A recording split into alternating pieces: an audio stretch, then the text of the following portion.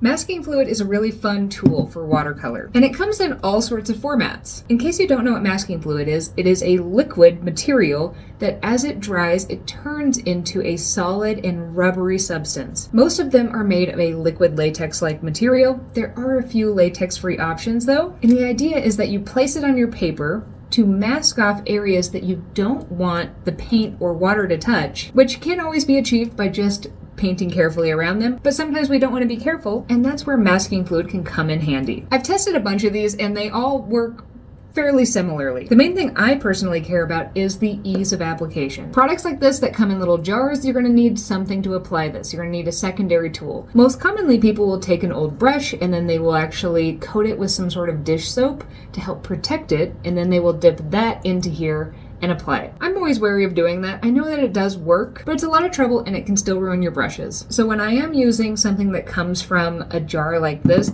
my tool of choice for application is a ruling pen. It almost looks like little tweezers, and you can actually control how wide or how narrow this is.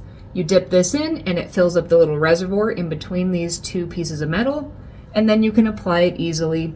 Let it dry on this, and then you can just easily peel it off once it's dry. But lately, the most important thing to me for masking fluid is application and not needing a bunch of different tools. So I've been shifting over to using different types of masking fluid that come with built-in applicators. You've seen me use this one before. It's Schminke, and you can get a fairly small line, but it does seem to come out a little bit wider. But there are also types like this one that have this specialty small applicator that you can get an even finer line with, although occasionally you get little bubbles, so it can be unpredictable too.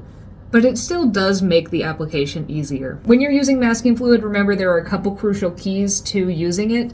One, it needs to dry completely before you paint on top of it. Sometimes that can take a couple hours, sometimes it's even overnight. When I'm using masking fluid, I don't like to force things to dry with any sort of a heat source because it does smell funny, and I think it can affect the performance of these or potentially melt them, which is not great. And that means there is more waiting involved with masking fluid because you need to make sure before you remove it that your painting is completely dry. Otherwise, when you go to remove it, it will smudge the painting and your paper is more prone to damage. Another crucial thing, it's tempting to pick at one end of this and peel it off.